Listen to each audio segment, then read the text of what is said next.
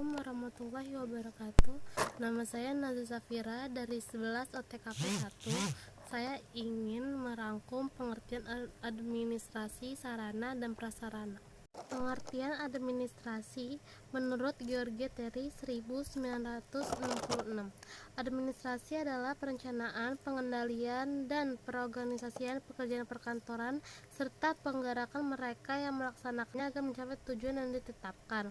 Pengertian administrasi dapat dilihat dalam dua pengertian, yaitu arti sempit dari luas. Administrasi dalam arti luas adalah proses kerja beberapa individu secara efisien untuk mencapai suatu tujuan. Sementara itu, administrasi dalam arti sempit adalah kegiatan ketatausahaan yang meliputi kegiatan surat menyurat, catat mencatat, pembukaan, dan pengarsipan. Berikut merupakan ruang lingkup pekerjaan administrasi. Yang A. Menerima, yaitu kegiatan menerima dokumen yang masuk ke kantor atau perusahaan. Dokumen yang diterima dapat berupa surat, bukti penawaran, dan lain sebagainya. Yang B. Menghimpun, yaitu kegiatan mencari dan mengusahakan tersedianya segala informasi yang belum ada atau informasi yang masih berserakan di mana-mana sehingga siap dipergunakan ketika diperlukan. Yang C. Mencatat, yaitu kegiatan tulis-menulis mengenai data yang diperlukan sehingga berwujud tulisan yang mempunyai arti, dapat dikirim dan disimpan. Yang D. Mengolah, yaitu berbagai macam kegiatan untuk mengerjakan data dan informasi agar dapat tersaji dalam bentuk laporan yang lebih berguna. Yang E. Mengandakan, yaitu kegiatan memperbanyak informasi dengan berbagai cara dan alat sebanyak jumlah yang diperlukan.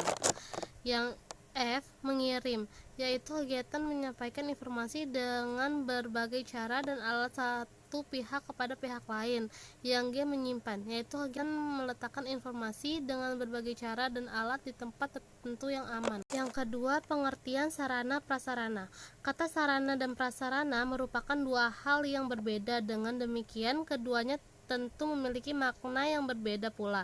Secara etimologis, sarana adalah segala sesuatu yang dapat digunakan sebagai alat dalam mencapai maksud dan tujuan. Contohnya, dalam institusi pendidikan, sarana dapat berupa gedung, sekolah, dan lapangan olahraga. Sementara itu, prasarana adalah segala sesuatu yang merupakan penunjang utama terselenggaranya suatu proses, usaha, pembangunan, atau proyek. Selain pengertian tersebut, terdapat beberapa pengertian sarana menurut para ahli. Di antaranya sebagai berikut. A. Menurut Asep 2004-22, sarana adalah perlengkapan yang dapat dipindah-pindahkan untuk mendukung fungsi kegiatan dan satuan pendidikan yang meliputi peralatan, perabotan, media pendidikan, dan buku. B. Menurut Syahril 2005, sarana merupakan unsur yang secara langsung menunjang atau digunakan dalam pelaksanaan suatu kegiatan. Adapun beberapa pengertian prasarana menurut para ahli diantaranya sebagai berikut. A. Menurut Kamus Besar Bahasa Indonesia, prasarana adalah segala sesuatu yang merupakan penunjang utama terselenggarakannya suatu proses, usaha, pembangunan, proyek, dan sebagainya. B. Menurut Syahril 2005, prasarana adalah barang atau benda yang secara tidak langsung dapat berfungsi sebagai penunjang dalam pelaksanaan kegiatan. Adapun pengertian sarana prasarana menurut para ahli diantaranya sebagai berikut.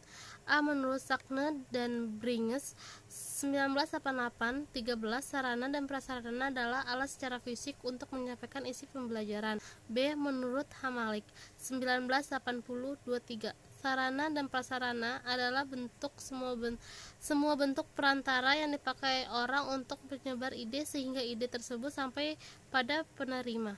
C. Menurut Munir 1992-119, sarana dan prasarana adalah perlengkapan kerja dan fasilitas yang berfungsi sebagai alat utama untuk membantu pelaksanaan pekerjaan dan kepentingan yang sedang berhubungan dengan organisasi kerja.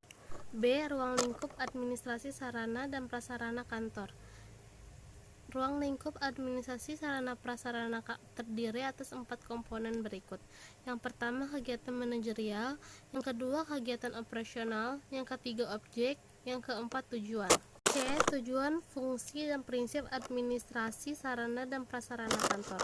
Yang pertama, tujuan administrasi sarana dan prasarana kantor. Tujuan administrasi sarana dan prasarana terbagi menjadi dua, yaitu tujuan umum dan tujuan khusus. Berikut adalah penjelasannya.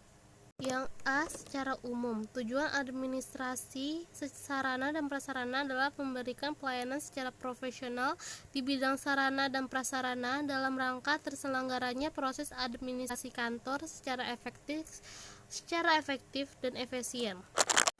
Yang B. Secara khusus, administrasi sarana dan prasarana memiliki beberapa tujuan, diantaranya sebagai berikut.